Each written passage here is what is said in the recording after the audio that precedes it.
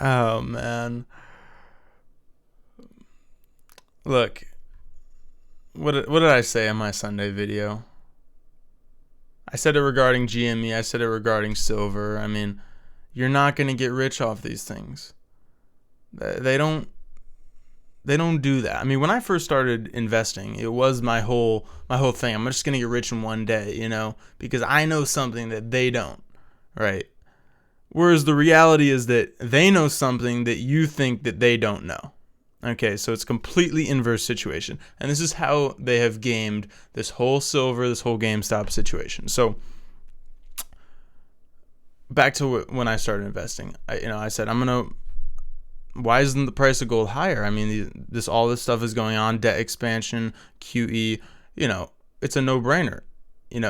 Let's just buy it. In some spaces, I got lucky there. I mean, I understood that the underlying dynamic is up, but I easily could have gotten burned at certain points there. But this. I'm gonna get rich in today. I'm gonna crash the market by buying GameStop. Silver's gonna get short squeezed just because Wall Street bets people decided so. All these things have already pretty much been proven wrong. Now,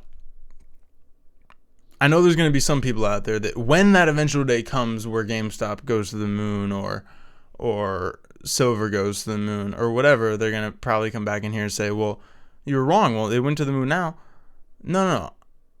I said it's not, you're not going to get rich just off of one day. That was really my point. Or it's not just going to go to the moon. You have to play their game. And their game is rigging the prices of these metals. And the only way to really beat that game in terms of, say, silver is to buy the physical asset, which has been having, an effect. Because technically they can, and yeah, I mean, I'm pretty sure this is true. Technically, they can rig the price to infinity. They can always keep it where they want, and they can do that by just continually inflating the supply of paper silver the same way they continually inflate the supply of paper dollars. I mean, none of it's real in the first place. And yes, we fight against it by spreading the awareness, but we also fight against it by not making stupid trades based on these things. And so when I entered AMC last week, purely speculative, I wasn't recommending it. And yeah, I made 50% off that trade, but could I have lost 75% easily? And I bought because I also understood the way that the hedge funds were thinking about it. So what I said in that video is they don't want me to buy it, I'm going to buy it, right? But now what's happened is they're allowing you to buy it again, but yet the prices are still dropping. How does that work? Well, let me explain how you got royally fucked and royally played by this whole GameStop scenario. So when did the height really hit a fever pitch? It was when GameStop had that crazy day, it hit to like 500 or whatever. I remember we had the initial day went from 150 down to 75, and everybody thought the bubble had already popped then. So the real mania started from that 75 point last week up to 500 or 300 or whatever the high it hit. That was when you had all the fever pitch people coming in and all the little guys, me, some of my friends, really coming in. Because even on the Wall Street bets place, there was still big whales like Deep fucking Value or whatever. These people with big, insane positions that had already been in on it. But most of the small retail guys were coming in the middle of last week, right? They probably bought at like 300 or something. Well, the stock's at 90 now. Okay, so again, let's go through what happened. That day, and I want to say it's Thursday, but if it's not, just, I don't know, crucify me. When they started restricting the buying, especially on Robinhood, and I was on TD Ameritrade, so they did open the buying up a little bit more. That was when I said, okay, they're really not letting me buy. This is probably when the hedge funds are loading up. So you had the big retail whales that had already made a ton of money, My guess is that they were unloading to the hedge funds who were not restricted from buying at all. Hedge funds were acquiring in that very low price of, say, 90 to 100 on GameStop and like 7, 8, 9 at AMC. They were acquiring at that price, and then when they opened the buying back up, that's when they started selling. Okay, and so they made billions off of this. I mean, I have reports firsthand from, well, secondhand, I guess, but firsthand reports from other people that I know. They made a lot of money selling to retail investors. And so, I mean, we're the ones that got fucked in this whole scenario. And this is what I was trying to stop people from getting in on. I mean, take the other example of SLV, right? We were up 6% at the market open. We got up to about 12% high, during trading that Monday. So I bet a lot of retail players either bought the night before, but I bet the bigger amount of them bought SLV at the open that Monday, and then they got slaughtered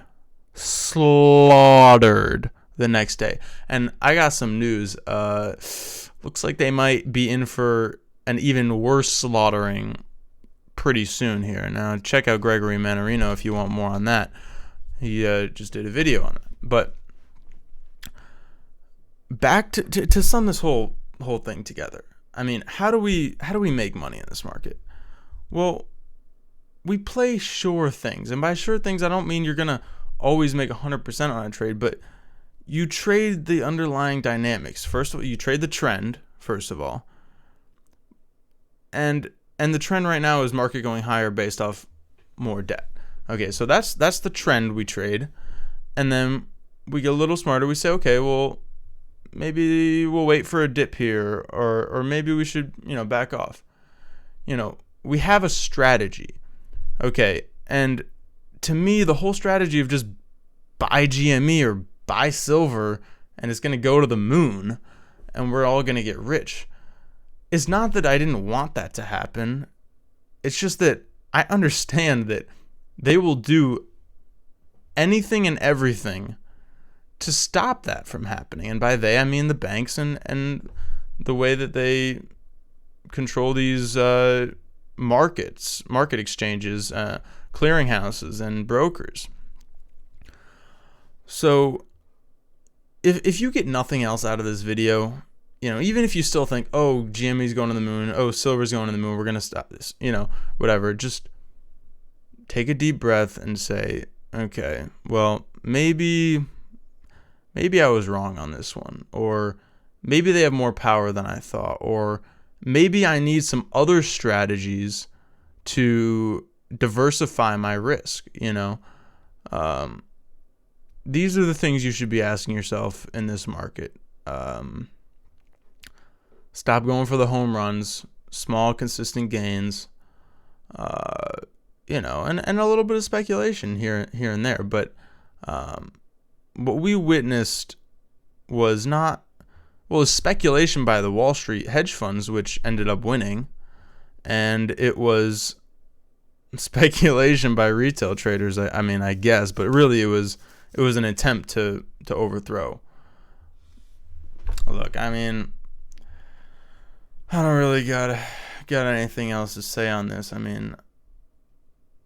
It's sad to see people getting hit like this in this market where really, it's as easy as ever to make money in this market.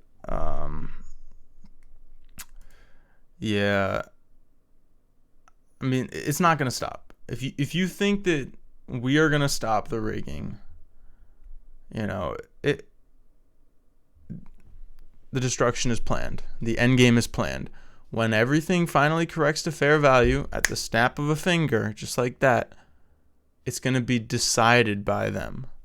It's going to be decided when silver goes to the moon. It's not going to be us that push silver to the moon. I'm going to leave it at that.